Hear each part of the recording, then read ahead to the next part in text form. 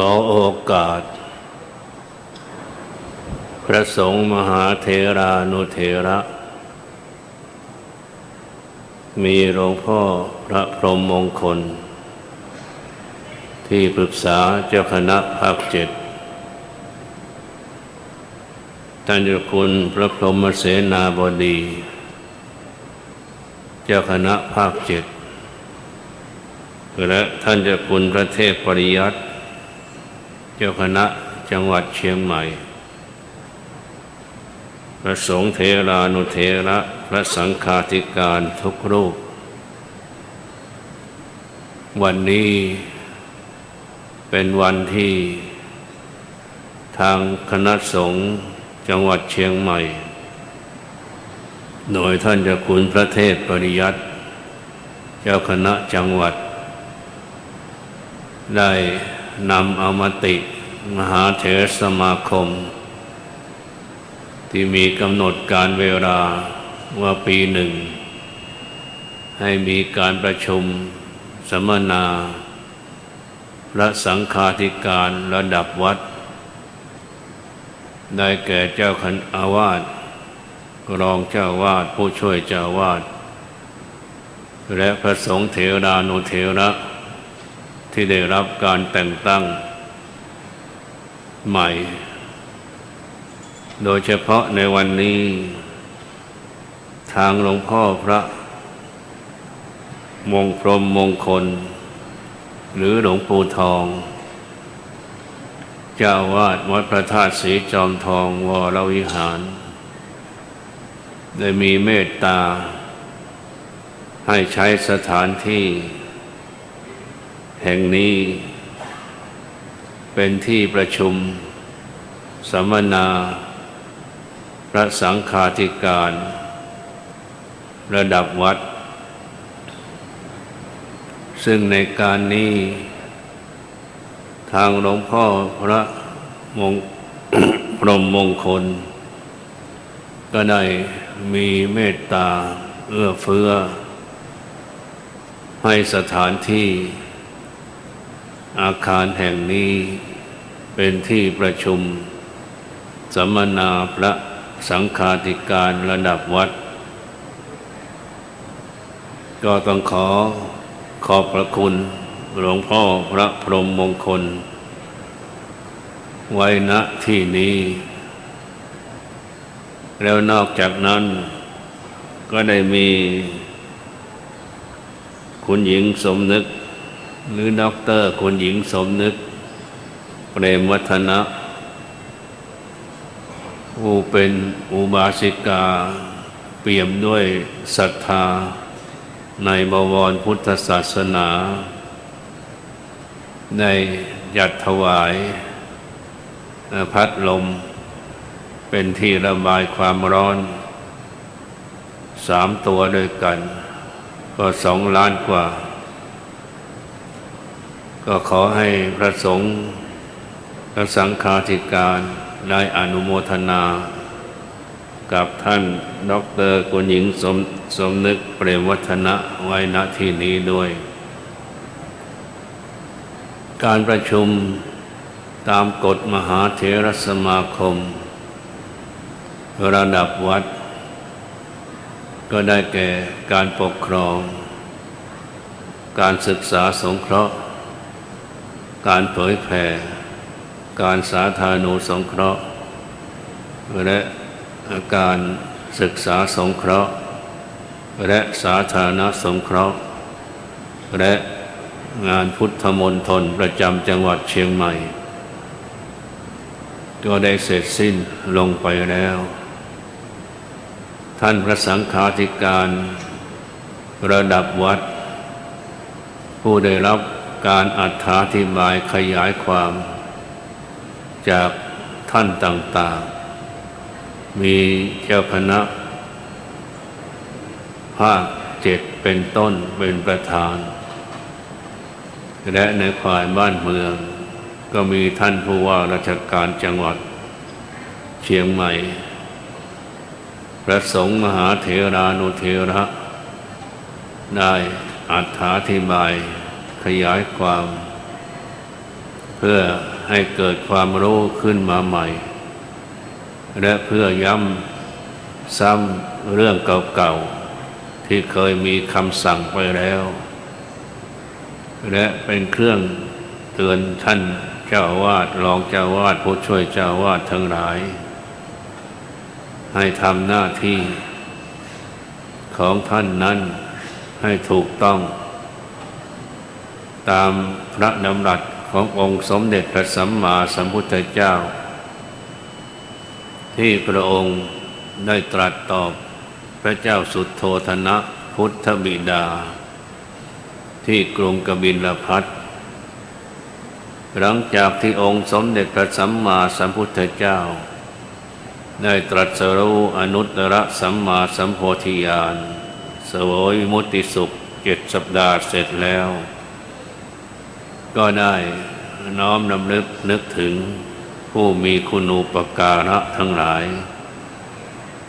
ด้วยการยึดมั่นในกตัญญูตาการเป็นผู้รู้จักตอบแทนผู้มีพระคุณองค์สมเด็จพระสัมมาสัมพุทธเจ้าก็ทรงทำให้เป็นทิฏฐานุกติเยี่ยงอย่างเช่นไปให้ความรู้แก่พระปัญจวัคคีย์ทั้ง5โดยเบื้องต้นนั้นนึกถึง2 ดาบทอาราธดาบทและอุทกดาบทแต่ก็ได้เปล่งพระวาจาว่าเสียดายท่านทั้งสองนั้นได้ถึงแก่มรณกรรมไปแล้วก็นึกถึงผู้มีคุณูปการะเช่นพระปัญจวัคคีย์ทั้ง5เมื่อทราบที่อยู่ของท่านทั้ง5แล้วก็ได้เสด็จไปยังสถานที่พักพาอาศัยพาราณสีมหานครตอนแรกท่านทั้ง5นั้นมีทิฏฐิมานะมีความคิดเข้าใจผิดคิดว่าเจ้าชายสิทธัตถะหมดที่พึ่งแล้วจึงได้มาหาเราอีกองค์สมเด็จพระสัมมาสัมพุทธเจ้าทราบอย่างนั้นก็บอกท่านทั้งหลายบัดนี้เราได้ตรัสรู้อนุตตรสัมมาสัมโพธิญาณแล้วพวกพระทั้ง5นั้นก็ไม่ชื่นชมยินดีแต่ประการใดองค์สมเด็จพระสัมมาสัมพุทธเจ้าจึงตรัสย้ำว่าคำนี้เราเคยพูดที่ไหนท่านเคยได้ยินเราพูดที่ไหนหรือเปล่าเตือนสติพระทั้ง5 รูปนั้นก็ปรากฏว่าทั้ง5 รูปนั้นยอมรับว่าไม่เคยได้ยินได้ฟังที่ไหนต่อจากนั้นก็น้อมใจน้อมจิตละทิฏฐิทะนงตนถือตนลงไปแล้วก็รับฟังคำสอนของพระองค์ท่านนั่นก็เป็นการที่พระองค์ได้ประกาศศาสนธรรมคำสอนของพระองค์ให้ปรากฏชัดเป็นลำดับมาต่อจากนั้นก็ได้โปรดยัสสกุลบุตรพร้อมด้วยบริวารและนึกถึงกตัญญูตาของพระเจ้าพิมพิสารก็จึงได้เสด็จไปยังกรุงราชคฤห์เพื่อไปโปรดหรือแก้ข้อสงสัยเคลือบแคลงต่อพระเจ้าพิมพิสารแล้วต่อจากนั้นก็ได้เสด็จไปยังกรุงกบิลพัสดุเพื่อโปรดพุทธบิดาก็ได้รับการต่อว่าต่อขานจากพระเจ้าสุทโธทนะว่าทำอย่างนี้ให้เสียหายวงกษัตริย์องค์สมเด็จพระสัมมาสัมพุทธเจ้าก็บอกว่าทำหน้าที่ท ที่ผมยกขึ้นเป็นประถมนั้นก็คือธรรมันเจเรสุจริตังคือทำหน้าที่ให้ถูกต้องอันนี้ที่เป็นจุดมุ่งหมายจุดประสงค์ที่ผมอยากจะถวายแก่ท่านพระสังฆาธิการระดับวัดและเจ้าคณะผู้ปกครองตามลำดับว่าพระพุทธดำรัสที่องค์สมเด็จพระสัมมาสัมพุทธเจ้าตรัสนั้นเป็นการเตือนสติให้พุทธบริษัทนั้นสำนึกสำเนียกว่าพระเรานั้นก็มีหน้าที่นั้นตามที่ท่านเจ้าคุณพระเทพปริยัติท่านได้กล่าวไว้ถึง7 ประการใน7 ประการนั้นก็เรียกว่ามีผู้ช่วยอย่างรองเจ้าอาวาสผู้ช่วยเจ้าอาวาสและมีอุบาสกอุบาสิกาได้ช่วยอุปถัมภ์ค้ำชูเกี่ยวกับเรื่องปัจจัย 4บิณฑบาตเสนาสนะเภสัชยารักษาไข้กีฬานเภสัชยายุกยารักษาไข้ในลำนองนี้ฉะนั้นในการประชุมที่นี่ตามปกติแล้วทางเจ้าคณะจังหวัดเชียงใหม่ที่ผ่านมาก็จะหาสถานที่หาความอุปถัมภ์จากมหาวิทยาลัยต่างๆให้ได้รับอนุญาตและได้ช่วยเหลือเกื้อกูลการอนุเคราะห์สงเคราะห์ไม่ต้องเสียค่าใช้จ่ายมากในการนี้ก็เลยจึงมาจัดที่วัดพระธาตุศรีจอมทองวรวิหารซึ่งได้รับสัปปายะความสะดวกสบายทุกประการที่หลวงพ่อพระพรหมมงคลได้ให้ธัญคุณศรีศิลปาจารย์และคณะสงฆ์วัดพระธาตุศรีจอมทองวรวิหารได้จัดการทุกสิ่งทุกอย่างในเรื่องเสนาสนะที่ประชุมในเรื่องสัปปายะอาหารการขบฉันและในเรื่องการกำจัดความร้อนต่างๆซึ่งในการนี้ทางท่านเจ้าคุณศรีศิลปาจารย์ก็ได้ซื้อพัดลม3 ตัวก็1,200,000 กว่าบาทก็เข้าใจว่าท่านผู้หญิงสมนึกเปรมวัฒนะคงจะเป็นทายิกาอนุเคราะห์สงเคราะห์ให้เป็นที่เกิดความสบายบรรเทาความร้อนลงไปได้ไม่มากก็น้อยนั้นในการประชุมนี้ทุกท่านได้รับการอธิบายขยายความจากเจ้าคณะภาคบ้าง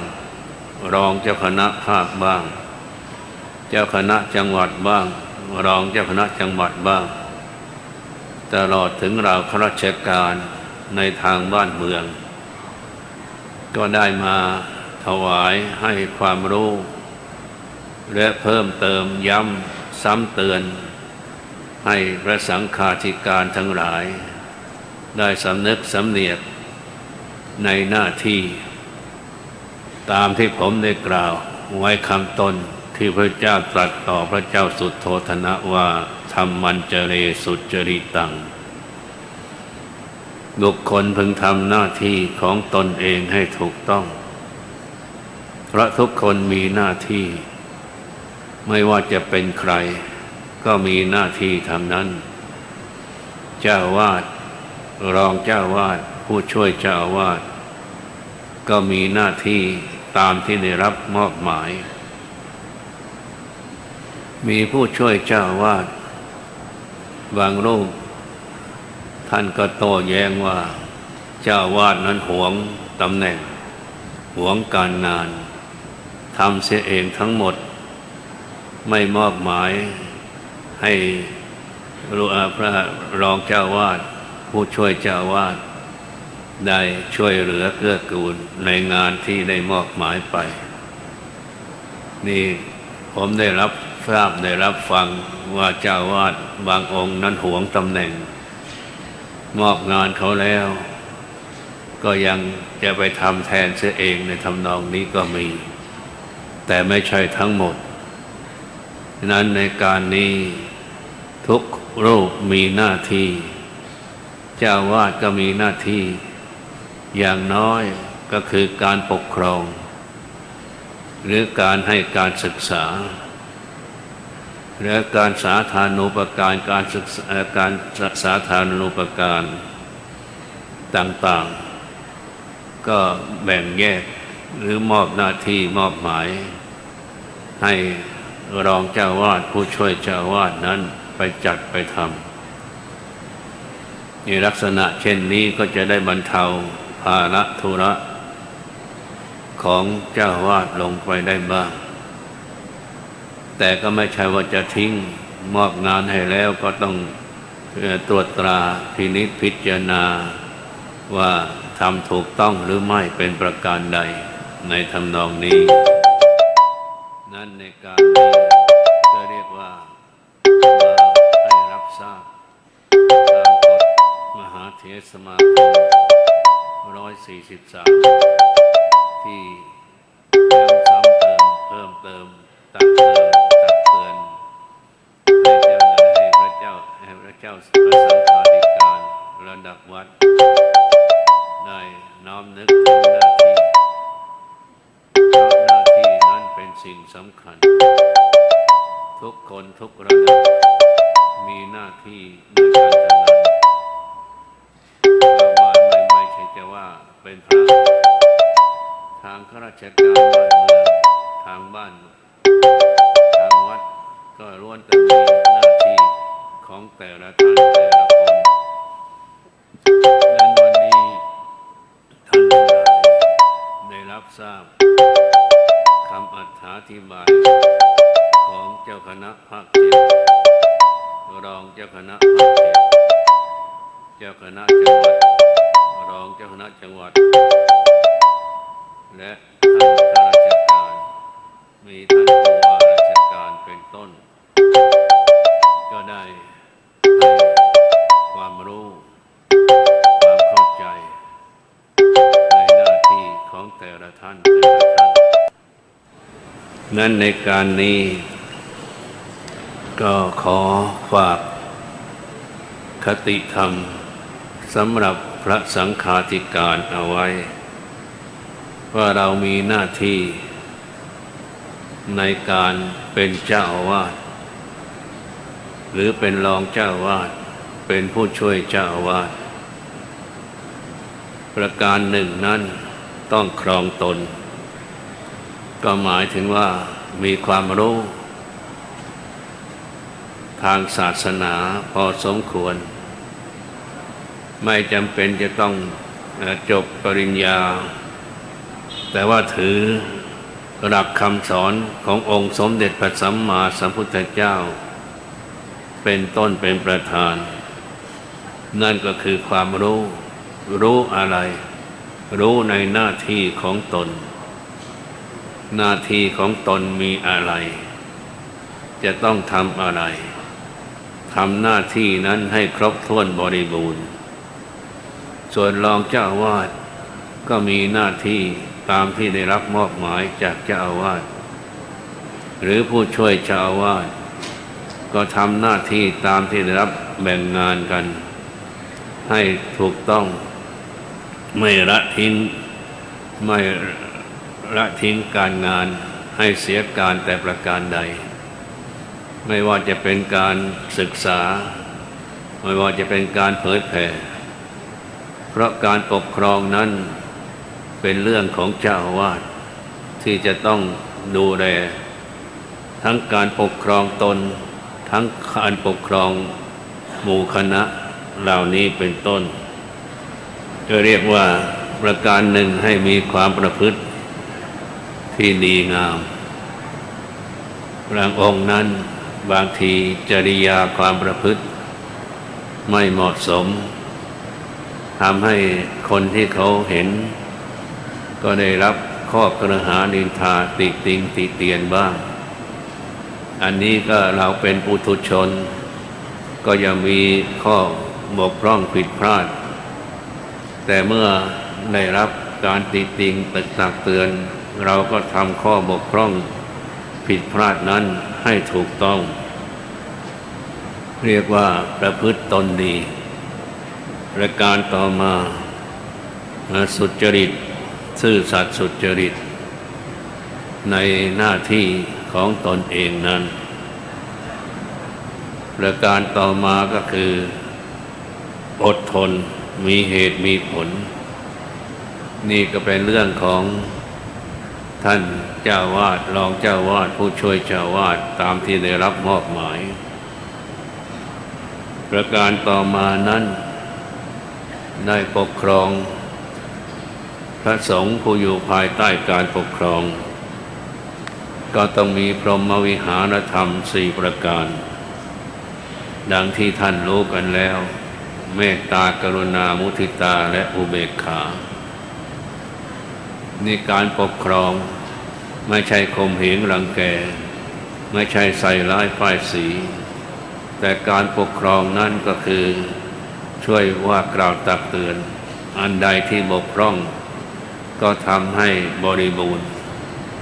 อันใดที่ไม่สมบูรณ์ก็ทำให้สมบูรณ์ขึ้นเป็นลำดับมางานมีพรหมวิหารธรรมนั้นก็อยู่กันอย่างสุขสบายไม่ว่าจะเป็นเมตตากรุณามุทิตาและอุเบกขานี่เป็นหลักที่องค์สมเด็จพระสัมมาสัมพุทธเจ้าได้ใช้เป็นหลักในการปกครองมาตราบเท่าถึงปัจจุบันนี้เพราะองค์สมเด็จพระสัมมาสัมพุทธเจ้าได้ทำให้เป็นทิฏฐานุคติเยี่ยงอย่างมาแล้วในการนี้ก็เรียกว่าเจ้าวาดหรือรองเจ้าวาดผู้ช่วยเจ้าวาดที่ได้รับมอบหมายหรือทำหน้าที่นั้นก็ต้องเสียสละในกิจบางอย่างของตนทำกิจเพื่อส่วนรวมให้เกิดมีขึ้นและเป็นการให้ความเคารพนับถือเป็นที่ตั้งแห่งศรัทธาประสาทะของผู้อยู่ภายใต้การปกครอง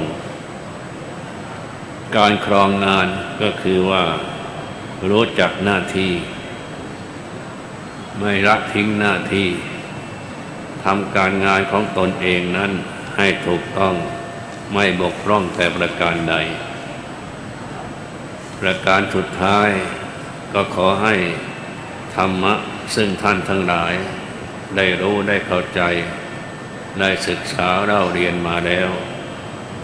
ในธรรมะ3ข้อนั้นก็คือเกี่ยวกับเรื่องการอยู่ร่วมกันเป็นหมู่เป็นคณะอย่างน้อยปิโยทำตนให้เป็นที่น่ารักการทำตนให้เป็นที่น่ารักก็หมายถึงว่าถูกต้องตามทำนองครองธรรมไม่ใช่เพื่อหวังผลประโยชน์แต่ประการใดปิโยทำตนให้เป็นที่รักก็หมายถึงว่าทำหน้าที่นั้นให้ถูกต้องนั่นเองประการต่อมาคารุทำตนให้เป็นที่น่าเคารพนับถืออันนี้ก็เป็นสิ่งสำคัญเกี่ยวกับพฤติกรรมประการต่อมานั้นเรียกว่าฝึกฝนอบรมตนเองสม่ำเสมอในหลักทั้ง3ประการนี้เป็นสิ่งสำคัญปิโยทำตนให้เป็นที่รักคารุทำตนให้เป็นที่น่าเคารพนับถือภาวนิโยฝึกฝนอบรมตนอยู่สม่ำเสมออันนี้ท่านพระสังฆาธิการก็คงรู้ดีทราบดีอย่าใช้อารมณ์เกินเหตุผลอารมณ์นั้นเป็นสิ่งที่มีทุกคนแต่ว่า เมื่อมีแล้วก็ต้องรู้จักแยกแยะว่าอะไรคือธรรมะอะไรคืออารมณ์ของตนเอง บางทีถืออำนาจบัตรใหญ่เป็นเจ้าวาดจะพูดจะจาว่ากล่าวตักเตือนรองเจ้าวาดผู้ช่วยเจ้าวาดก็ไม่ถนอมน้ำใจอะไรทำนองนี้และก็ไม่ต้องไปแย่งชิงซึ่งความดีของกันและกันเมื่อได้รับมอบหมายหน้าที่แต่ละอย่างแล้วท่านรองเจ้าวาดผู้ช่วยเจ้าวาดก็ทำหน้าที่นั้นให้สมบูรณ์แบบก็จะยังศาสนธรรมคำสอนขององค์สมเด็จพระสัมมาสัมพุทธเจ้าให้ดำเนินไปได้ด้วยดีตั้งมั่นเป็นจิรัติดิการยืดยาวนานสืบต่อไปรวมความแล้วก็คือการนึกถึงพระดำรัสขององค์สมเด็จพระสัมมาสัมพุทธเจ้าเป็นเบื้องต้นแล้วก็ทำตามที่องค์สมเด็จพระสัมมาสัมพุทธเจ้าได้ให้แนะแนวทางและทำพระองค์ให้เป็นทิฏฐานุคติเยี่ยงอย่างมาแล้วนี่ก็เป็นเรื่องที่ท่านทั้งหลายได้รับทราบได้รับฟังจากท่านเจ้าคณะผู้ปกครองพระสังฆาธิการต่างๆและจากทางบ้านเมืองที่เอาความรู้เกี่ยวกับกฎหมายมาขยายความพูดให้ท่านฟังเป็นการซ้ำเตือนซ้ำย้ำเตือนให้ท่านทั้งหลายนั้นได้เคารพในหน้าที่ของตนพระเรานั้นก็มีการเคารพหน้าที่ก็คือพระธรรมวินัยต่อจากนั้นแล้วก็พระราชบัญญัติคณะสงฆ์และต่อจากนั้นก็กฎหมายต่างๆก็ต้องสำเนียกคอยสำนึกอยู่เสมอว่าทางคณะสงฆ์ออกกฎหมายอันใดหรือออกกติกาอันใดหรือทางบ้านเมืองเขามีกฎกติกาอย่างไรเราก็ทำกฎกติกานั้นๆให้สมบูรณ์แบบก็เรียกว่าทำหน้าที่ให้ถูกต้องสมกับพระดำรัสที่พระเจ้าตรัสต่อพระเจ้าสุโธทนะว่าธรรมันจเรสุจริตังทุกคนพึงทำหน้าที่ของตนเองให้ถูกต้องก็จะเป็นที่เจริญศรัทธาประสาทะของผู้ที่ได้พบได้เห็นได้ยินได้ฟังอันนี้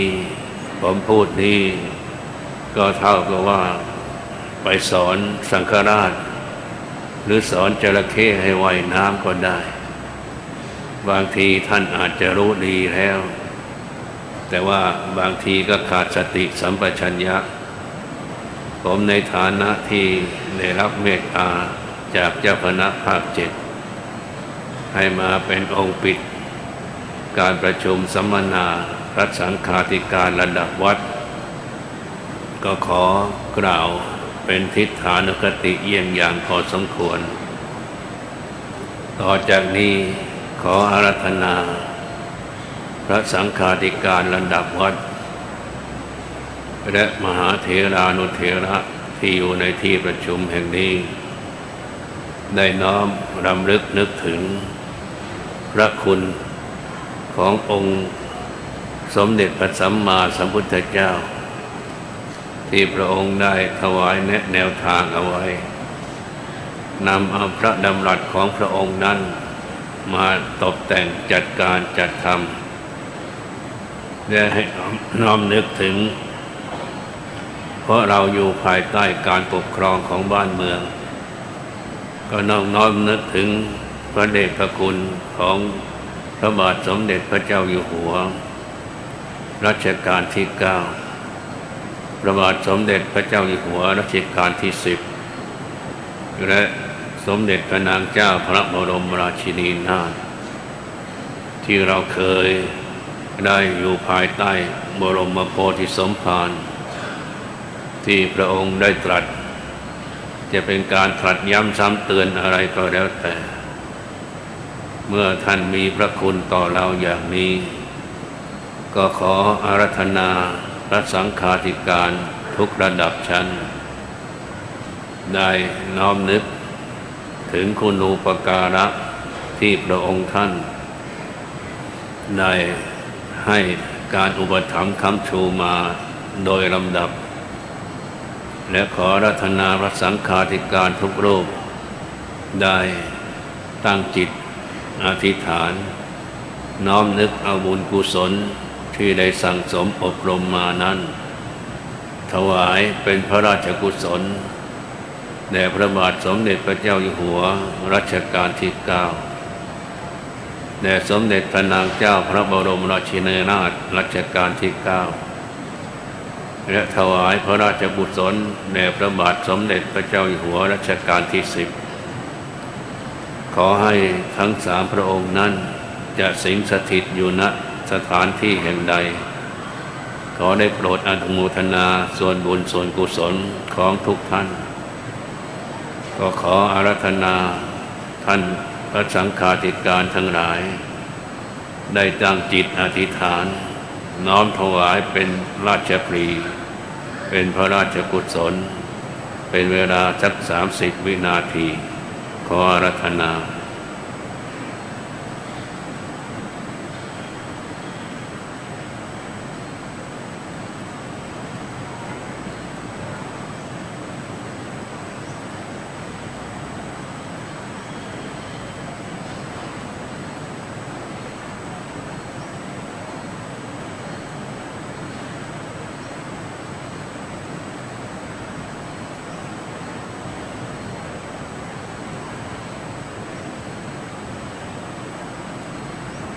ขอทุกท่านจงว่าสัพเพพุทธาพร้อมกันทั้งหมดนะครับ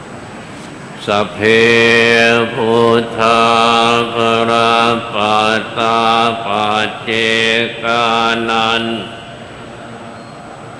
อรหันตานันจะเตเชนรักขังพันธามิสัพพะโสกระผมก็ขอปิดการประชุมสัมมนาระดับวัดณบัดนี้สาธุครับด้วยเมตตาของพระเดชพระคุณพระวิสุทธิวงศาจารย์ได้เมตตาให้โอวาทและกล่าวปิดการประชุมก่อนที่พระเดชพระคุณจะได้เมตตานำกล่าวลาพระรัตนตรัยกล่าวขออาราธนาพระเดชพระคุณพระเทพปริยัติเจ้าคณะจังหวัดเชียงใหม่ได้ถวายทายทานของที่ระลึกแด่พระเดชพระคุณผู้เป็นประธานพิธีปิดการประชุมคณะสงฆ์พระสังฆาธิการระดับวัดของจังหวัดเชียงใหม่ขอนิมนต์พระสังฆาธิการได้นั่งอยู่กับที่ก่อนนะครับก่อนที่พระเดชพระคุณจะได้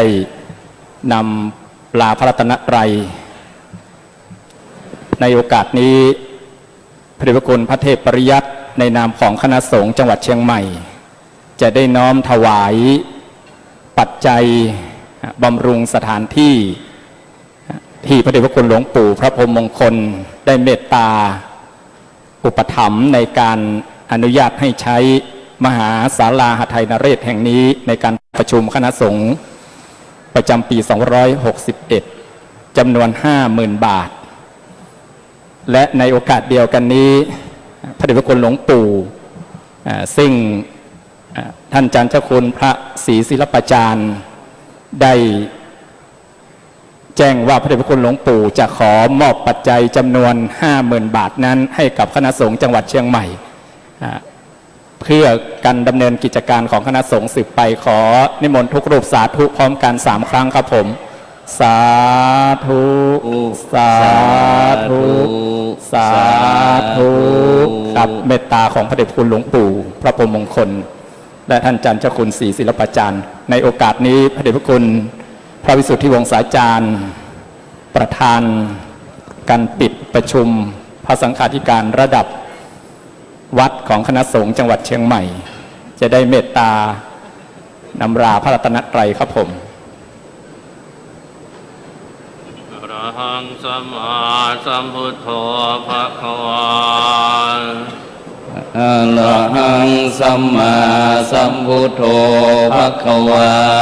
พุทธังภคะวันตังอภิวาเทมิ พุทธังภวันตังอภิวาเทมิ สวากขาโตภะคะวตาธัมโม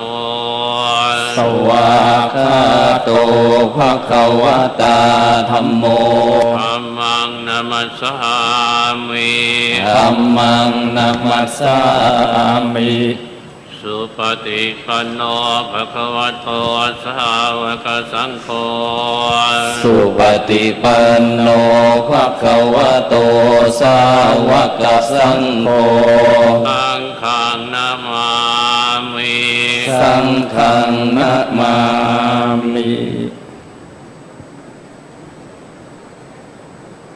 ครับการประชุมคณะสงฆ์ระดับวัดของคณะ